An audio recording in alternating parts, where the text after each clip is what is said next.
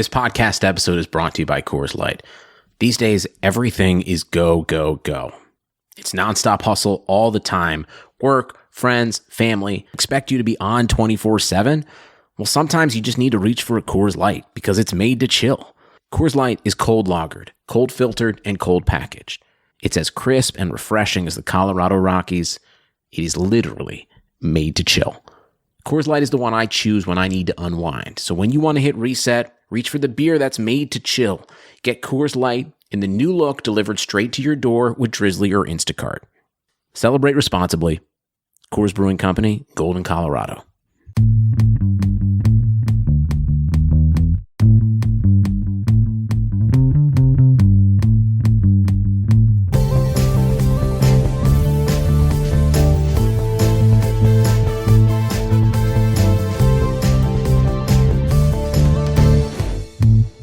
Welcome back to another episode of Keeping Karlsson Short Shifts, the only fantasy hockey podcast hosted by two fellas in the playoffs of Tier 1 of the Cupful. I am Ben Burnett. Joining me as always, Louis Ezekiel. Louis, how are you doing tonight, my friend? Well, I know that intro is only going to last a little while longer, but I love it when we can deploy it. It's very nice. Yeah, I figured why not bring it back while it still remains true. As we've talked about, it does look like you and I are careening towards a first-round playoff meetup. So we'll have some tense episode planning next week, I guess. Louis, let's hop right into the show here. We are going to go right into the headlines. And of course, it is trade season in the NHL. The trade deadline is set for Monday. So we'll probably have a few more trades to discuss for our next show on Tuesday. But today we, of course, have to lead off with the big blockbuster in New York. The Islanders landing Kyle Palmieri and Travis Zajac in exchange for a couple picks, a couple prospects. Palmieri and Zajac playing tonight on a line with Jean-Gabriel Pageau. Looks to be a bit like a third line situation. Louis, we talked about Palmieri on Tuesday. Do you like this location for him? Do you think that this is a good spot? We sort of last week or earlier this week we were talking about how it's kind of it's tough to say whether some of these guys are going into better situations. Yeah, well, first off, big surprise, Lou Lamoriello goes with the Devils he knows. And, it's very typical of the kind of moves that we've seen him make in his career quite frequently. I got to say, we said on Tuesday that a trade for Palmieri may very well put him into kind of a support role. And it does seem like this is a possibility. Now, I will say, with the Islanders, it does almost feel kind of like a Montreal top 9 kind of setup because, this line with Pageau and Zajac is not nothing. Like, these are guys with skill. I kind of like that, but I don't know that he's going to be as relied upon as maybe he would have been in New Jersey. I kind of look at it as a side grade. I really don't think it's something to get super excited about. I also don't think it's a disaster, even though we're sort of calling this a third line spot.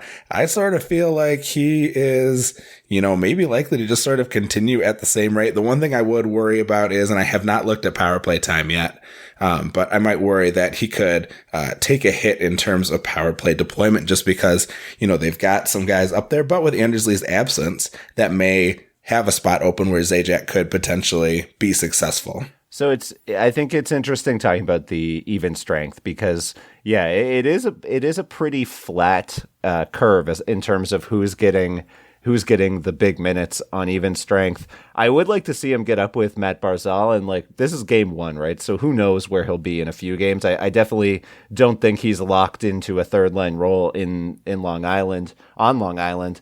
What we've seen so far, the Islanders did have a 5-minute major early in their game tonight against Philadelphia. The first unit that they put out, and it's worth keeping in mind, this is a team that again, it's a flat usage team. They have 2 power play units, despite the fact that Matt Barzal is clearly their best option. They pretty much have a 1A, 1B. And so Palmieri was on a unit with Josh Bailey, Brock Nelson, Jean-Gabriel Pageau, and Nick Leddy. The other unit, of course, Barzal, Eberle, Matt Martin, and Anthony Beauvillier, and Ryan Pulock. I don't. This is where, for me, it sort of falls off. And we talked about it the other night. Kyle Palmieri's pace this year, still only on pace for 40 points over a full season. Way, way down relative to what we've seen from him. A big thing for that is his shooting percentage is low. I mean, pretty much everything has been low for him, though. It's just been an awful year in New Jersey all around, so there's no real surprise. I don't think that he himself has fallen off to a ridiculous degree. But one thing that, the longtime followers of short shifts, and before this, we had the average time on ice account, and we were on Locked On podcast network, and I've always loved Kyle Palmieri. Prior to this year, I had him every year. He was always good value. This year, it felt a little off to me. I didn't go in on him. But one thing that I've always said about Kyle Palmieri is how good he is at scoring on the power play. He's always been above average at even strength. But on the power play from 2017 to 2020, he ranked 6th in goals per 60 league-wide.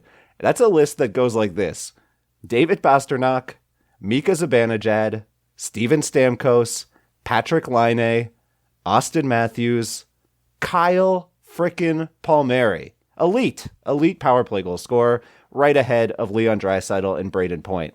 So I think that this is kind of a bummer for Kyle Palmieri, that he's not going to a team that's going to put him in a position to score a buttload of power play goals.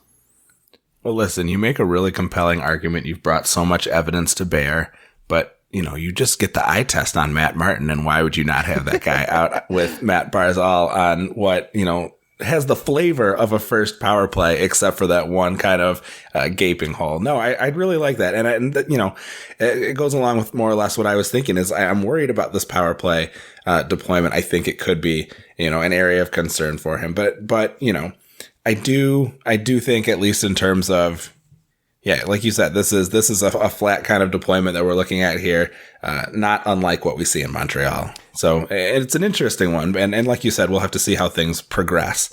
But yeah, a little bit, I guess, not surprising, but an interesting place for these guys to wind up, just because it's not a demotion really, and it's not much of a big promotion like we sometimes feel about these traded players.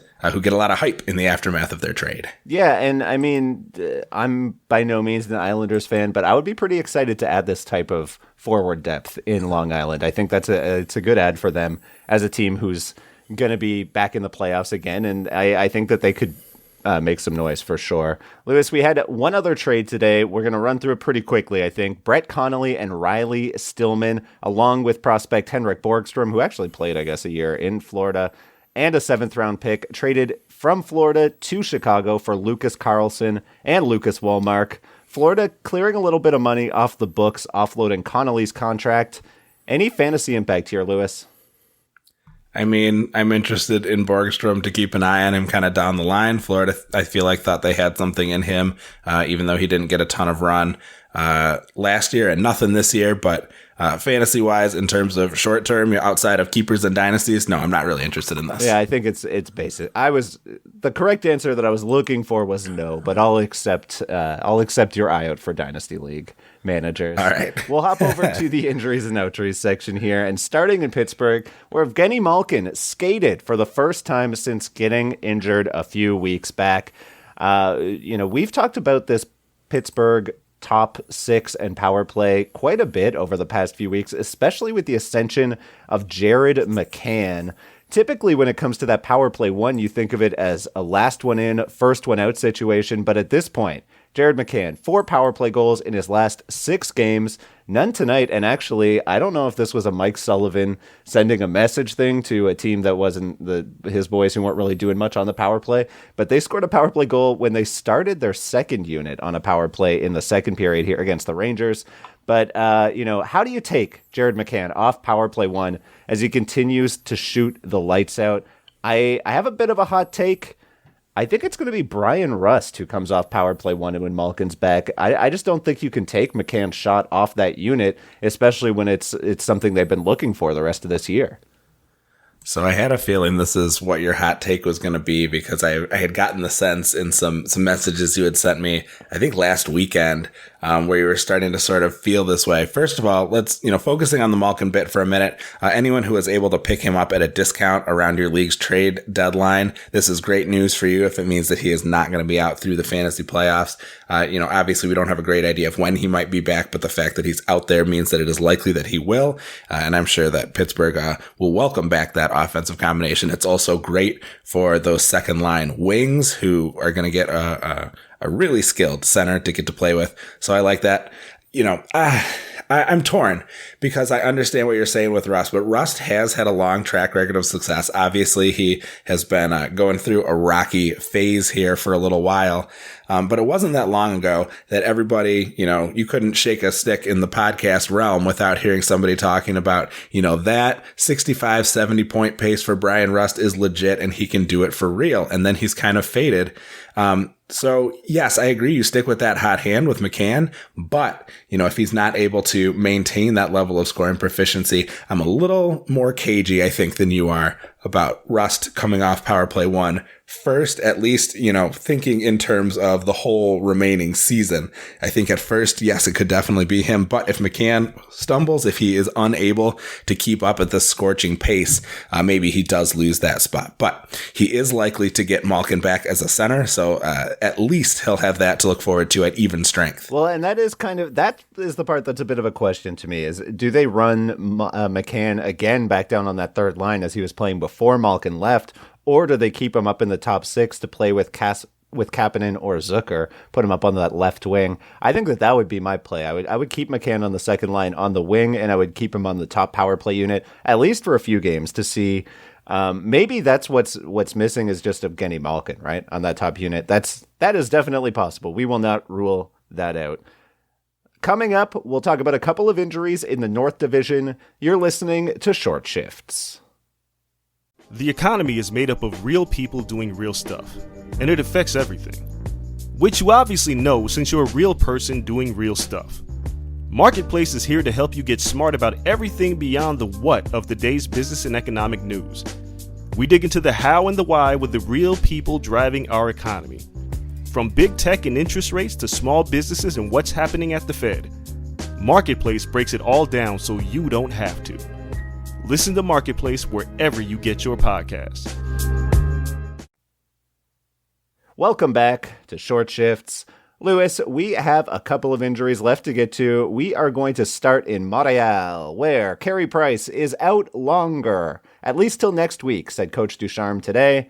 Jake Allen gets his second straight start tonight, which is a bit of a bummer to me. I mentioned I was looking forward to seeing some Caden Primo action. No such luck.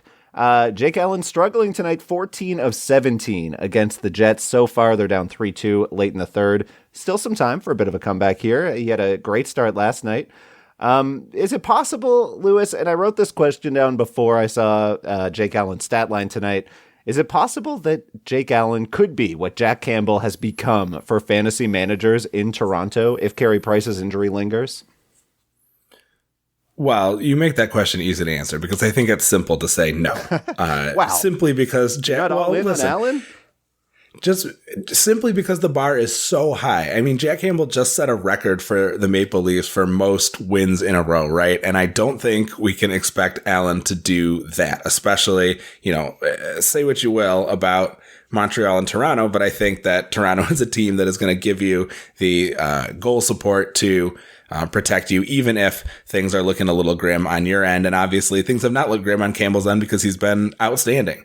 So yeah, no, I don't think Allen is going to be a Jack Campbell. But, if Montreal, sees the need, we know that Price, is out for a while longer.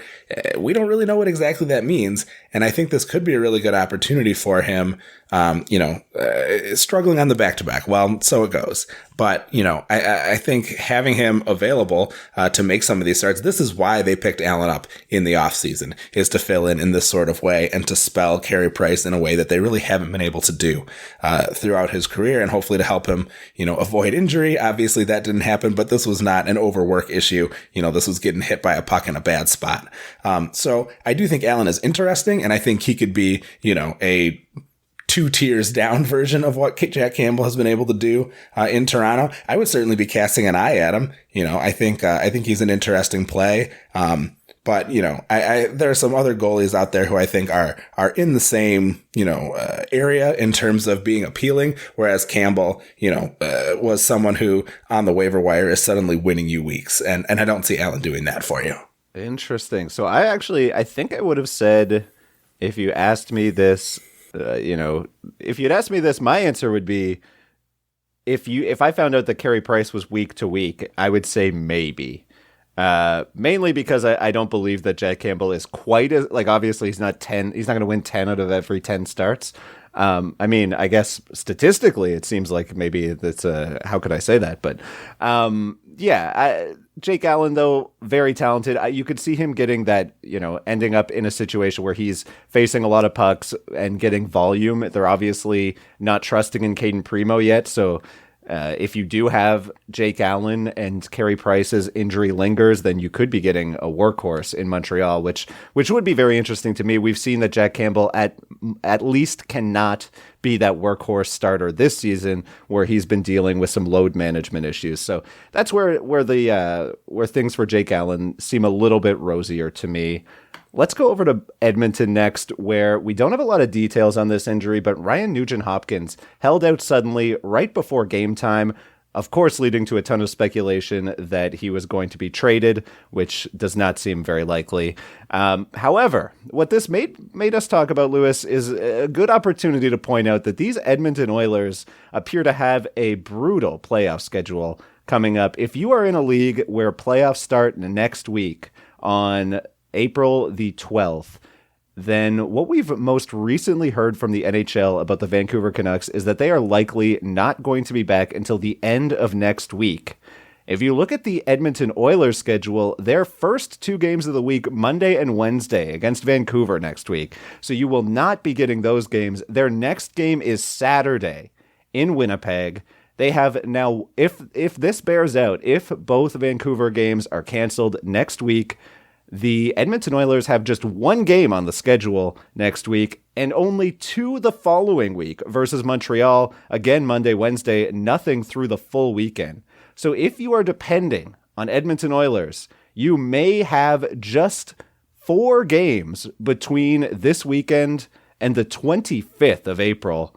Lewis, I have to be honest with you, I am a little bit nervous here. After the trade deadline, I have a lot of Oilers across my leagues.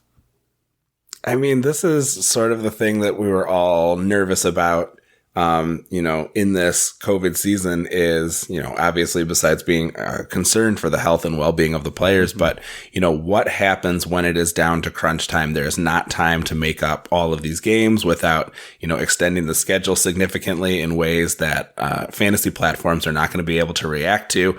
This is kind of the worst case scenario. And it's tough because a lot of teams, this isn't the Red Wings getting screwed. This is, teams that had McDavid and Draisaitl and were counting on them to, drive them through the playoffs the same way they probably have them, doing very well in their league matchups. This is very hard to take. I hope any of you out there listening to this who have these guys, maybe you earned yourself a bye with the outstanding play of McDavid, Draisaitl, Barry to a lesser extent. Because it's going to be tough. Now, I will say, I bet that Saturday game, we just see some bonkers gonzo scoring from McDavid and Draisaitl. I don't have any scientific basis for this. I just feel like that is how it sort of has to be. I like it. But what do you say? I mean, I think outside of the heavy hitters, I think you got to drop these guys to the wire because it is time to win, and it's time to win now. Yeah, and so you hit on the point of this season is so unpredictable that it's tough to be overcommitted to one team. And so in this situation, we also have seen a lot of schedule changes coming in at the last minute from the league.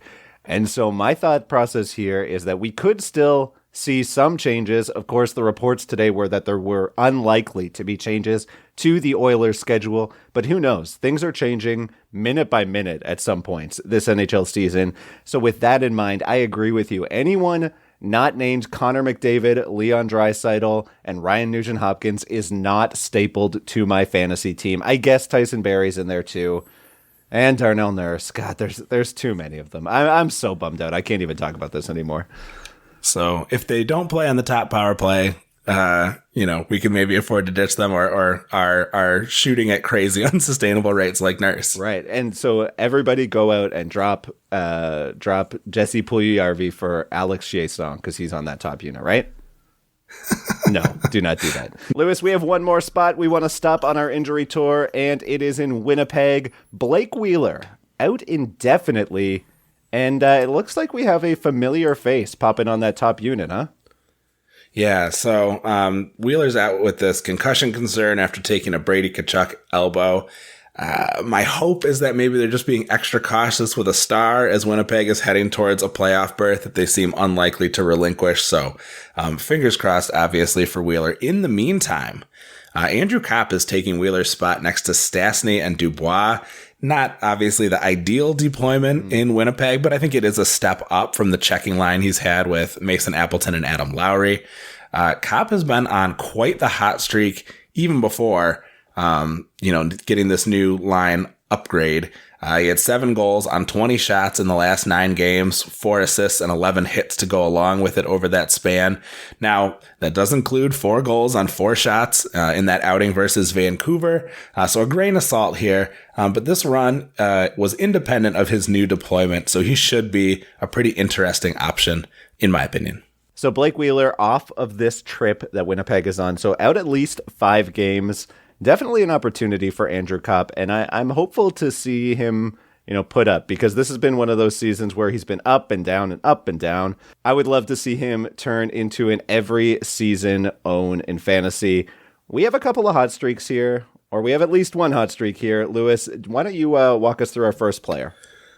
All right. Well, we have been asked that we've got to talk about this guy, downtown Connor Brown. I have goals in 5 straight written down. Of course, that is outdated information because he has goals in 6 straight games as he has scored during the game here on Thursday night. I'm not going to include those stats right now just because they aren't final, but goals in 6 straight games now. In the last 4 games before Thursday night, we saw ice time, power play ice time climbing from the 30s previously to 42, 49, 54, and 48% of the power play time on ice. And averaging over 3 shots a game during this stretch versus his season average of 2.1. So that's always nice to see. In the previous game, he played with Ryan Dzingel and Clark Bishop, but he's getting power play 1 deployment. And he had a nice 5 shots and 20 minutes of ice time during the previous game before this Thursday night one. So that looks nice too. This recent good play does not seem to be a particularly massive overperformance. He's not shooting 33% the way that Andrew Copp is. He won't be point per game the rest of the way, but this is a somewhat sustainable run. So when I look at Copp, I like it because he was on this run and now he's getting a deployment upgrade that might let him maintain it somewhat. Brown is doing it, despite being on this line with Dzingel and Clark Bishop. So I don't love the deployment, but, I love the shooting and I love that top power play deployment. So that's what makes both of these guys pretty interesting hot streak options for me. Yeah, definitely exciting to see what Connor Brown is doing. I actually really wanted to mention another player in Ottawa today, and I couldn't justify myself because he's only 2% owned in Yahoo leagues, but low-key Mike Riley is having a crazy season, 18 assists on the year. He's top 25 in defensive assists this season. Only 4 power play points. Of course, he's not going to usurp Thomas Chabot, but he's on a really nice tear right now, putting up a ton of assists over his past 7 or 8 games. I got to give a shout out to Mike Riley. There are worse streamers who are owned in almost no leagues than Mike Riley right now. Yeah, absolutely. It's a guy who's been kind of on and off my potential ad list, my watch list here and there. I've never actually put him on there, but I regret it a lot because, I keep seeing these apples pop up there. So way to go, Mike Riley. All right, Lewis, that's all the time we have for tonight. Thank you all so much for listening. Why don't you sign us out of here, Lewis? Oh, man, what a fun show. That one really flew by for me. really enjoying myself, and sad that we won't be back again until we record next Tuesday night, but we'll have so much for you then, especially post-trade deadline. So thank you all for joining us. This is the last time we'll be departing as friends, because I think one of us is going to have to eliminate the other when we see each other next week. But give us a follow at Short Shifts KK. Brian and Elon, of course, are at Keeping Carlson. You can find Dave Betton of Stream Scheme at NHL Stream Scheme.